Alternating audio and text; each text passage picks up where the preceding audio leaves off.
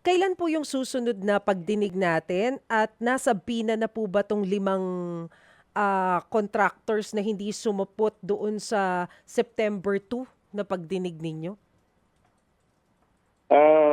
Alam ko po sinampina na po yan ng Mm. committee. Mm. Next week po.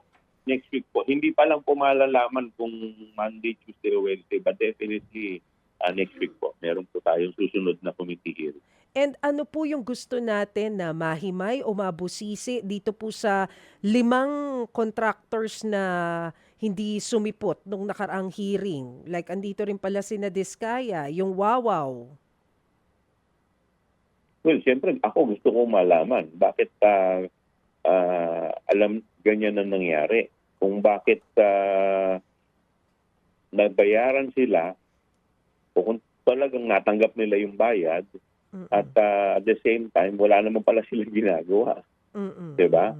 Marinig kung ano yung masasabi nila sa mga nangyayaring ito.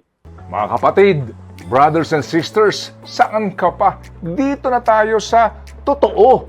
Dito na tayo sa True FM. Mga kapatid, mag-subscribe and follow po kayo sa social media accounts ng True Network PH. Yan po kami, hanapin nyo lang True Network PH, Facebook, Instagram, YouTube, TikTok, and podcast. Mapa Apple or Spotify man yan, mahahanap nyo kami. Lahat ng mga napapanood at napapakinggan nyo po sa programa, nasa social media accounts namin yan. So paano mga kapatid? See you sa social media!